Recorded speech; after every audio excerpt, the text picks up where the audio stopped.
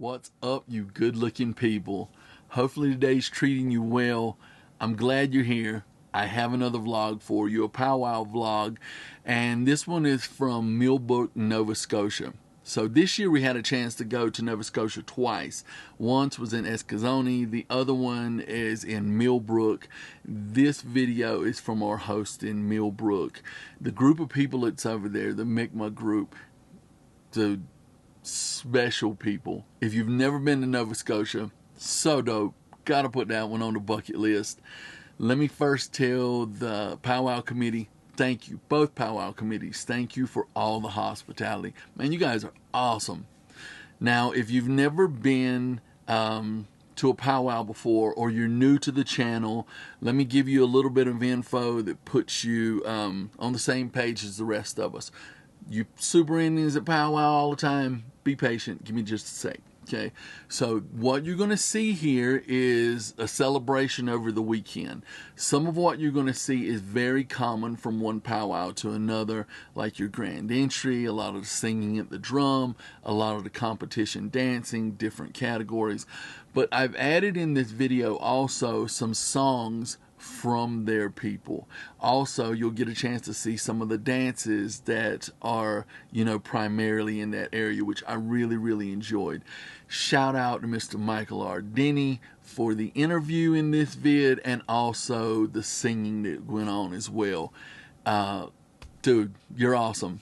So 2 Michaels are in this vid. I think I showed both of them, but both of them are actually running their individual powwows, and they're fun, y'all. Really fun. So hopefully you like the vids. Hopefully you like the pics. I'm going to come on again partway through the video, just giving you a heads up, because I'm also showing a round of the drum contest. I have so many questions that come over about the singing. I want to give you guys some things to look for and give you a little info that'll hopefully help it, make more sense as you're seeing it. So if you're new to the channel, consider checking out some of the other vids. Hope you like it. Y'all be good.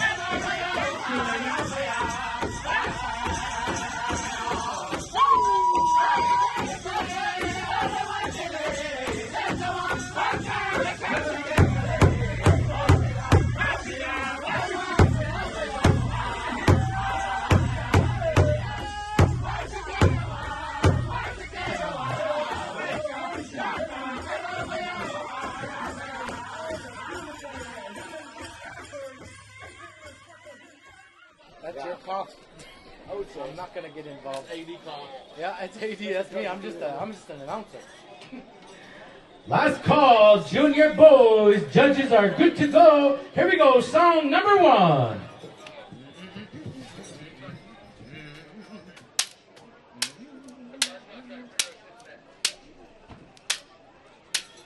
Hey na, hey na, hey na. Jwalo, giga mawa jwalo. Ha hey na, hey na, hey na, hey na, hey na, hey na, hey na. Na jwalo, giga mawa jwalo, giga mawa jwalo, giga mawa jwalo. Ha hey na, hey na, hey na, hey na, hey na, hey na, hey na.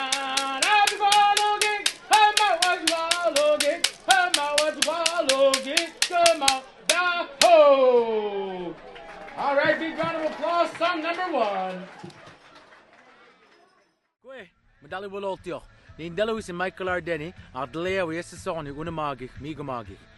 Greetings, everybody. My name is Michael Ardeni, and I am from the Mi'kmaq Nation. My community is called Eskasoni in Cape Breton Island, Nova Scotia.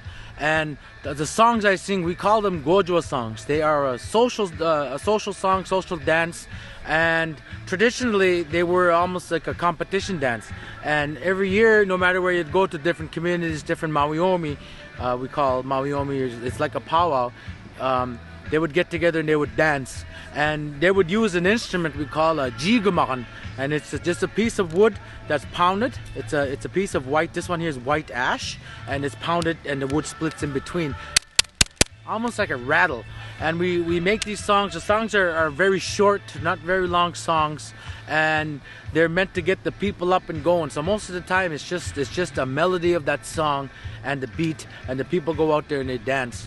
And these songs, we're reclaiming these songs back to our powwows and our gatherings, and we're a big part of who it kind of defines who we are, and it defines, and it's a big part of who we are that makes us unique in this this area of North America, the east coast of Canada. And our territory we call Mi'kmaq. It encompasses all of the Gaspé region of Quebec, all the eastern half of New Brunswick, all of Nova Scotia, all of Prince Edward Island and Newfoundland, also northern state of Maine. So that's our territory, and these songs come from that territory. These songs belong to our people, and sometimes you hear the differences in those songs depending on which territory, which area you are. Like our language is, it's different no matter where you go, and same with our songs and our dances as well. The Gojwa, no matter where you went, a family or a clan or a community danced a little different from a different community or a different family, and oftentimes that's how we used to be able to tell where somebody was from, was by the way they danced. So our songs are our traditional songs. We're reclaiming them. We're incorporating them in powwows, and whenever we have that any opportunity like that, we like to showcase and bring that attention to authentic Mi'kmaq culture. All right, you guys, before we get into the drum contest, there's a few things I want to cover with you, just so we're all on the same page. I don't want to be too long-winded in this, but there are some things that I want to make sure I cover with you. And this is primarily from the questions that come in the comments below, or what I get on Instagram or Facebook. So, some of you are drum judges. Some of you have judged before. Others may just stand and record. You're familiar with all of this. This is not for you. This is for the group that has no clue what we're talking about, that may be new to the channel, or they've been to one powwow and they just didn't know what they were looking at. This is for you. So a song is composed of 4 starts. Now, some of these terms I'm going to use, let me just preface this by saying these are colloquial phrases. It's what natives use to refer to components of a song. I don't know if that's really what you'd call it in a music class at university or whatnot, but The powwow songs that are being judged are usually 4 starts. Now, in this song, these are some of the elements. There's a lead, there's a second, there's a body of the song. Right? Now, this song is usually sung 4 times through. Traditionally, it's 1 for each direction, right? That's your 4. The lead is sung first, and then the group then repeats the lead. This is your second. And then after that, you've got the actual body of the song.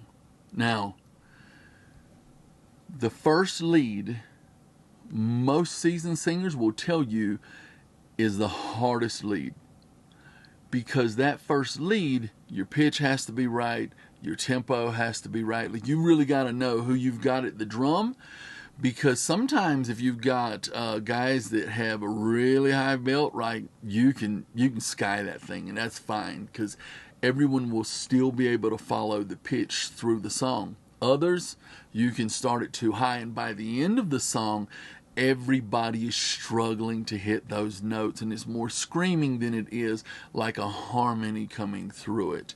And so that first lead's tough. You'll have some debate. You got some guys who will say the fourth lead's the hardest, and that's fine, right? Like, by the fourth lead, that person, they've got to be able to hit a higher pitch. They've got to have enough wind to have sung the whole song and still be able to kick that lead out correctly, because by that point, you know, the crescendos happen. You're going for it by the fourth lead. And so there's always a little debate. But most people, I think, would tell you the first lead is the hardest, because they can make it so hard for the fourth lead that the fourth lead's just making a mess of things. So those are your components of a song. Now let's talk about mechanics, right? Ideally, what you'd like to have happen is you'd like for the first lead to come out, and then each lead after that goes up in a pitch, and everyone has to follow. Along with that, you know, the second when it comes in, it has to match the pitch. Everyone needs to be breathing at the same time. Some songs you'll hear, or some younger groups that maybe they're not as experienced, you'll see it's almost like they're kind of fighting in that second. It's not like one pitch that comes out. And whoever the song maker is, like, they have a way that they want that song to sound. A lot of younger singers, they have a tendency to kind of change that a little bit. But whoever made the song, they weren't thinking that when they made it, right? And so that second has to be a certain pitch. As people breathe, right, your bravado matches, and everything is in one motion. You've got the drumming part. The drumming part, you know, everyone needs to hit the drum, same intensity, same proximity. As some of drumsticks, if someone's being lazy, or maybe they're not as confident, if their drumstick starts to drift out from that proximity, it almost like it creates a clicking sound, or it changes the sound of the drum so the bass isn't there, and it can even sound as if it's off a little bit. Now, when you are really flexing your core and you're trying to hit the drum, and this happens, you know, to those that maybe not have sung enough, they're just learning, you'll see that their stick starts to get off because they're just trying so hard to push that note out, or to be higher than what they really can be, or maybe they didn't breathe at the right time, whatever the case may be. But it'll create like a da-dunk, da-dunk, da-dunk sound to it, and that's never good, right? Now, all of these are equal in importance, but each drum judge, head drum judge, they're going to value these some more than another. Bigger powwows, big contest money, prestigious powwows, right? Like, who you choose for your head drum judge, super important, because you want all the other singers to respect this head drum judge. You want all the other singers, you know, to have someone who's judging who's really well traveled, knows a lot of songs, can sing both styles, has seen hundreds of drum contests at this point, right? A really well-seasoned drum judge ends up making life way, way easier for the powwow committee, right? So, head drum judge can value some of those things more than another. And so you can look at the ballot when they hand it to you, and you can tell what they're looking for. Now, there's a couple of things that's going to be universal across all or 99% of the ballots. One of them is drum respect and cleanliness, right? Nobody wants to walk up and see a group that looks like a dumpster flipped over in that area, right? If there's a lot of trash, clearly they don't respect the drum or where they're singing or the group. And so there's a point system for it, whether it's 1 to 5, 1 to 10, whatever the case may be. And then you've got a variation: lead, tempo, pitch, dancer, reaction, right? It can be any number of things. But all of that is chosen by the head drum judge and usually, the committee. And that drum judge tries to pick other judges that they feel will be impartial, that will know enough about singing that they can judge correctly. Because in a lot of cases, there's a northern and southern group singing in the same contest. And when these guys are really, really good, you want people to judge who know what they're doing. So I think I covered this. We got mechanics of songs. We talked about ballot. We talked about head drum judge. We talked about the importance of beat, tempo, first lead. All of these things I want you to look for as we're going through this contest, because I feel as if this one, and while no drum group's perfect, this I thought was a really good indication of the things that we talked about. For like a Sequan that I'll go to later this year, Pachanga, San Manuel, these contests, it'll be hard to find, or for you to be able to see, all of those little nuances in the song, because everyone there will be just competing at such a high level. These guys, I loved a lot of their songs, but you could tell there were some of the guys that were singing, they may have been just new to the group that weekend, or they were trying to learn the song, and so there were a couple of little hiccups throughout the weekend. These songs you're seeing, some are Sunday songs, some are Saturday songs, some are Friday songs. Friday, everybody should be perfect. Like on Friday, there shouldn't be any mess ups. It's rare to see that. But by Saturday and Sunday, the dust can get to you. You can be fatigued. You could have jet lag from coming in, like whatever the case may be. And on Saturday night or Sunday, you start to see little mistakes, even in really, really good groups. And so when you're looking at these, I just want you to look at it knowing not all the songs are on Friday. So hopefully this helps. Hopefully it makes sense. I might do a video of just drum contest and have other people come on and help talk about it as well, because I'm someone who I will ask people who have been singing longer than, like, if you've been singing 20, 30 years, I'm going to ask you how you judge. I'm going to ask what you're looking for, whatnot, because I'm curious about opinions, right? So check these out. Great songs. Once again, awesome powwow.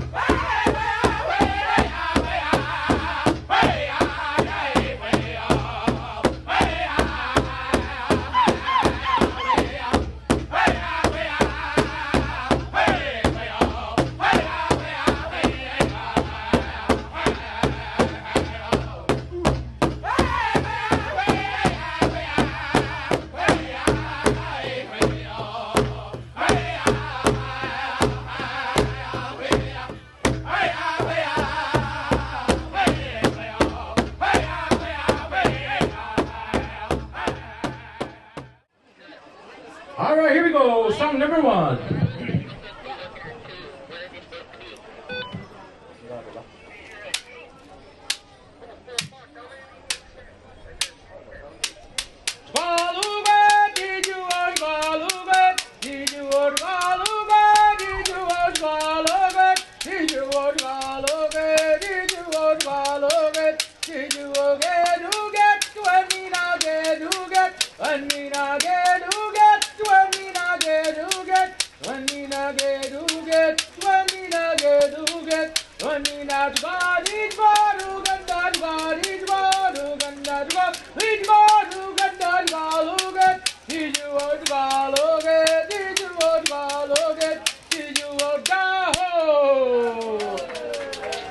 All right, big round of applause. Song number one.